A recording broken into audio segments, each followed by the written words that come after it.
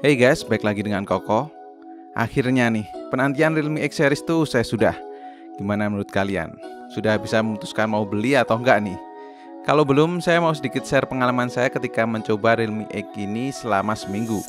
Gimana experience saya ke Realme X ini? Tanpa menunggu lama, langsung aja kita mulai ke videonya.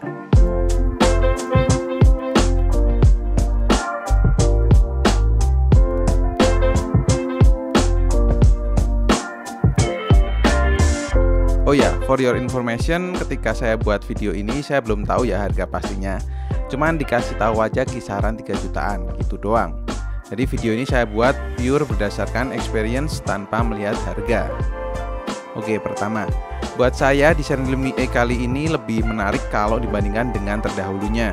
Di sini Realme menyebutnya dengan Infinite Bold Design. Tulisan dari tulip yang gede dan tegas ini mungkin yang dimaksud dengan boldnya.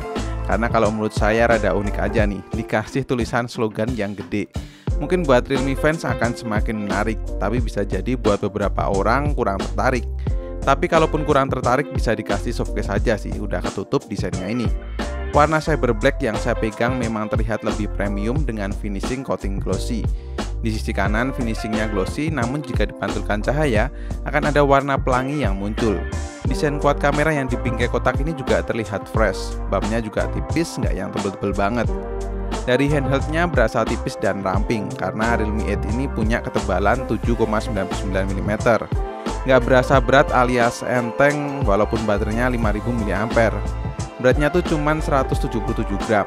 Overall bodinya dari casing belakang sampai ke tombol-tombol semuanya tuh solid, jadi makin mantep buat digenggam.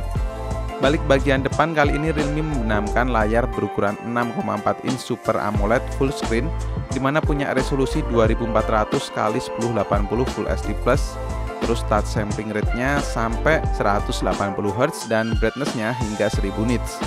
Yang bikin kualitas layar dari Realme X ini tuh makin jos banget. Mau dipakai aktivitas outdoor tetap terlihat dan terang.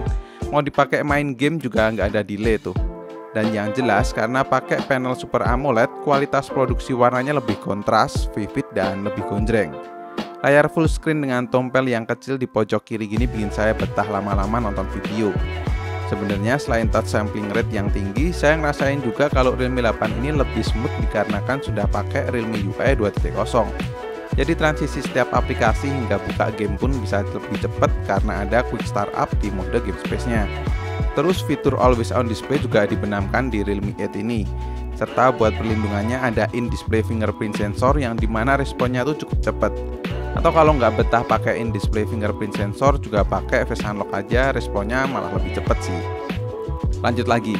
Nah, yang menarik buat dibahas tuh justru di sisi kameranya. Karena kali ini Realme membawa fitur baru di Realme X ini, di mana setup 64 megapiksel AI quad kameranya punya konfigurasi 64 megapiksel primary kamera aperture f1.79, terus 8 megapiksel ultra wide angle lens aperture f2.25, 2 megapiksel macro lens aperture f2.4, dan 2 megapiksel black and white lens aperture f2.4. Sedangkan untuk kamera depan yang tersembunyi di tompelnya ini 16 megapiksel in-display selfie aperture f2.45. Kali ini Realme X ini membawa banyak fitur di kameranya yang tentunya nggak kalah dengan Realme X Pro. Langsung aja kita ngomongin hasilnya aja kali ya. Jadi hasil mode autonya tuh di kamera belakang punya kontras yang nggak terlalu berlebihan. Dynamic range-nya juga luas. Cuman kadang hasilnya nggak natural kalau pas nanganin backlight. Untuk kontras maupun brightness-nya pas banget.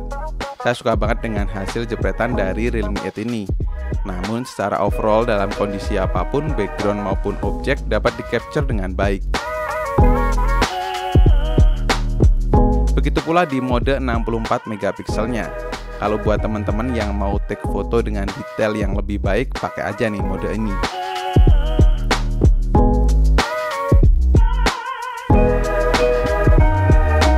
Sedangkan di mode ultra wide ini saya tetap suka dengan kualitas produksi warnanya. Nggak berubah sedikit pun jika dibandingkan dengan mode normal. Bedanya cuma di kualitas detail gambar yang berkurang karena cuma menggunakan lensa 8 megapiksel saja. Selebihnya kamu bisa dapat gambar yang menarik dan tentunya sudut yang luas dengan ultra wide ini. Lanjut lagi di mode portrait, secara overall hasilnya mirip sama kayak auto. Detailnya dapat, dengan separasi blurnya juga cukup rapi.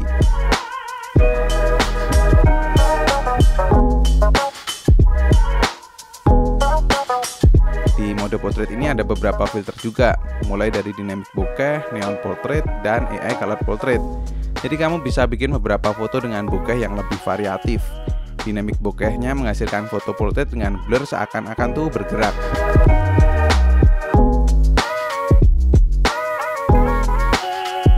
Terus untuk neon portrait hasilnya sebenarnya mengarah ke tim cyberpunk. Sedangkan AI color portrait hasilnya tuh memisahkan antara objek dengan background yang dibikin hitam putih. Jika di kondisi cahaya yang cukup, hasilnya tuh akan rapi. Namun kalau redup sedikit, separasi blurnya masih kurang begitu rapi. Sedangkan untuk portrait kamera depannya sih hasilnya cukup bagus, walau memang nggak serapi kamera belakangnya ya.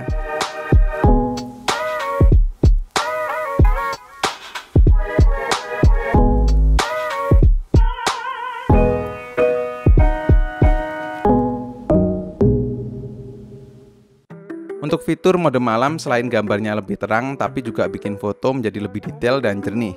Memang nggak yang terus jadi terang banget, namun detail yang cukup tajam aja udah bikin saya suka dengan Realme 8 ini.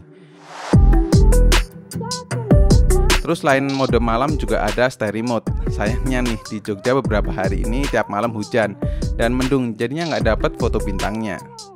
Terus ke video, kamera Realme 8 ini bisa merekam hingga 4K 30fps untuk kamera belakang dan 1080p 30fps untuk kamera depan. Dan sudah dilengkapi ultra stable untuk hasil yang lebih smooth.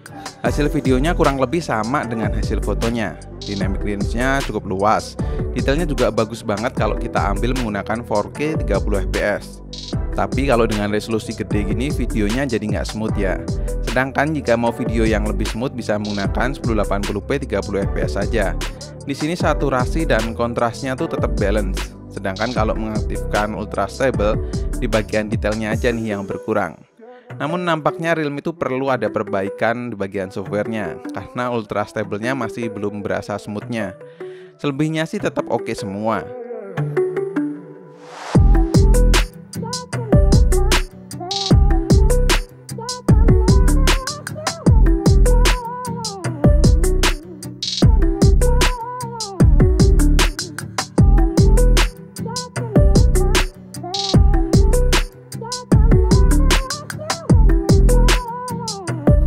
Terakhir sekarang ke performa.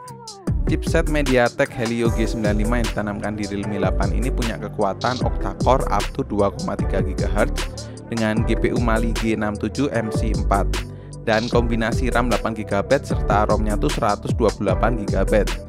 Buat saya sebenarnya performa seperti ini tuh jelas sudah cukup banget. Apalagi yang kesehariannya tuh cuman penuh di media sosial dan sekali main game aja. Multitasking buat buka tutup aplikasi masih oke banget. Terus kalau 128 GB nggak cukup, tinggal tambah aja tuh memori eksternal bisa sampai 256 GB. Serta ngomongin performa, kalau nggak dicoba buat main game kayak ada yang kurang ya. Jadi pertama di game PUBG Mobile dulu. Di sini kamu bisa dapat settingan grafik HD, frame rate high, atau kalau mau main lebih nyaman bisa pakai grafik smooth dengan frame rate ultra. Kali ini saya bermain di smooth frame rate ultra aja, dan hasilnya tentu playable banget. Mau ketemu musuh pun juga nggak ada lag, masih stabil di kisaran 40 fps. Gironya juga aman, touchscreen juga nggak delay. Layar full screen ini juga bikin main gamenya makin nyaman. Dalam 22 menit bermain, baterainya berkurang 5% dengan kenaikan suhu ke 40 derajat Celcius. Sedangkan untuk main game Genshin Impact, settingan grafiknya bisa dapat medium. Secara gameplaynya hampir rata-rata sih masih dapat 28 fps ya. Frame drop ke 15 fps terjadi ketika ngadepin monster dan harus ngeluarin beberapa efek skill. Buat menopang performanya, ada baterai berkapasitas 5000 mAh yang dimana sudah didukung pengisian cepat dart charge 30 watt. Dimana ketika saya coba tuh bisa mengisi 50% dalam waktu 25 menit atau 100% dengan waktu 1 jam. Baterainya sendiri di pengetesan PCMark Battery Lab dapat bertahan 16 jam 12 menit dari 100% ke 20%. Yang artinya kalau untuk penggunaan normal bisa banget tuh tahan seharian. Kesimpulannya nih, setelah seminggu saya pakai Realme 8 ini, bisa saya katakan ini jadi mid-range 3 jutaan yang recommended. dari segi performa yang mumpuni buat main game sekalipun. Kamera dengan kualitas yang memuaskan, layar Super AMOLED, in-display fingerprint, 30 watt dark touch, NFC multifungsi, serta desain dengan bodi yang tipis ini tuh bikin makin keren si Realme 8 ini. Termasuk smartphone mid-range yang lengkap banget di range harga 3 jutaan. Cuma minus di beberapa hal yang perlu di-update firmware aja sih kalau menurut saya. Dan seharusnya ketika video ini tayang, teman-teman sudah tahu ya harga rilisnya. Gimana menurut kalian?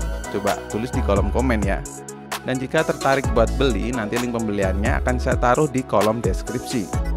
So, cukup sekian untuk video kali ini. Terima kasih banyak yang sudah nonton sampai akhir.